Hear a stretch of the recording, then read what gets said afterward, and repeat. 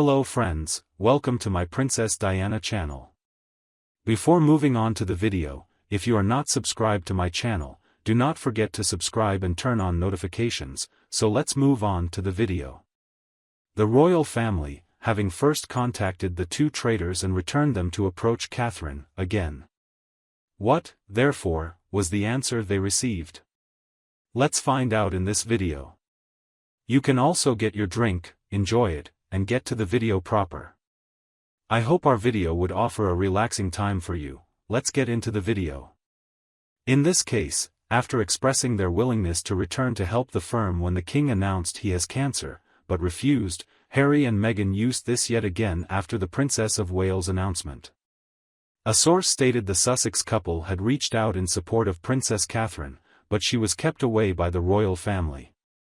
The Prince of Wales is highly unlikely to forgive Harry, and there is little, if any, chance that the brothers will be able to reconcile from the damage of the breach.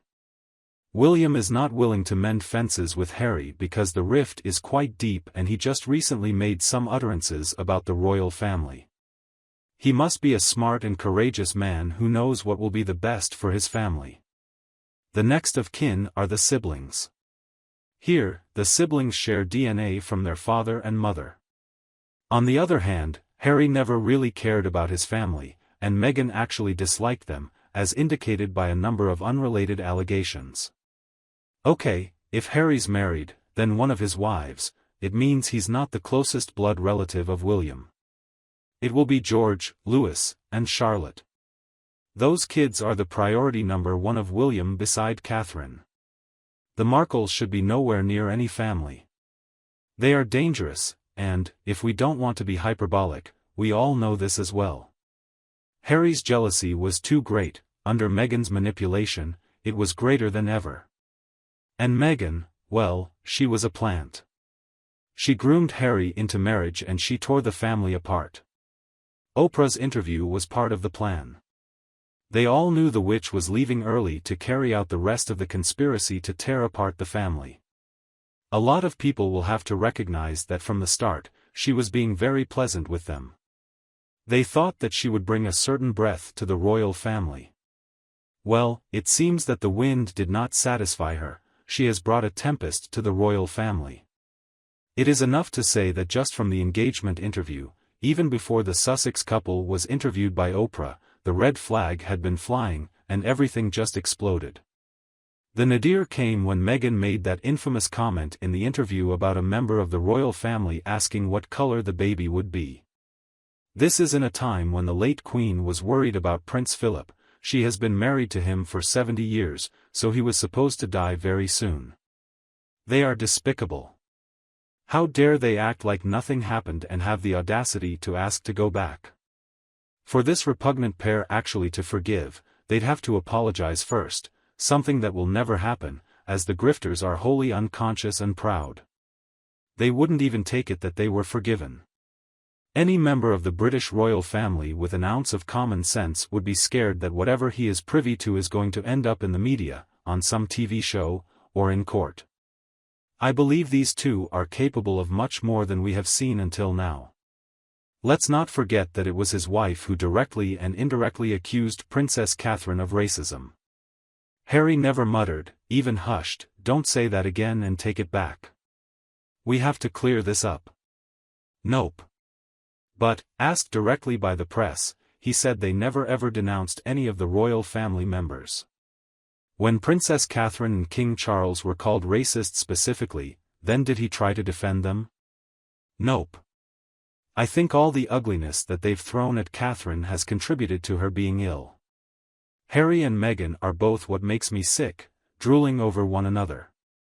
Perhaps her obsession with being queen will move a step closer in the near future. Time for King Charles to sack Harry from the succession line. He and any of his seed. It will choke that ambition right out of Meghan. That will leave zero chance, -0 chance. Harry is a traitor. It's time he started being treated like it. Now, if only he had been free enough to find a way back to the house which he had abandoned some years ago, Harry would have spoken out about the Africa Park scandal and, sure, Diddy's lawsuit. There are too many people hanging in balance for his voice. You show yourself truly changed and repentant, and he may do something decent. It is only a pity that Harry is a boy who has not grown into anything yet, and he would want his mistakes to be covered and healed by others. And now, believe Harry and Meghan? Have you ever heard this story about a snake and a farmer? There was a frozen snake lying on the road. He immediately warmed the snake, and when it was warm, immediately by instinct, he bit him. The lesson there is the highest kindness will not link with the ungrateful. Harry and Meghan will never change. These are venomous vipers that never stop haunting the royal family and should never be allowed close again, biting hands that feed them. Every time she claims bullying or racism, it grates on me. We have been watching and listening to her spewing out all kinds of nonsense and behaving outrageously in numerous events. She always plays a victim.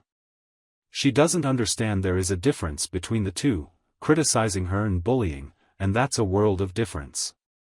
The supporters of the royal family condemn Meghan for her ill manners, while her supporters attack Catherine without any reason but their love for Meghan gone wrong.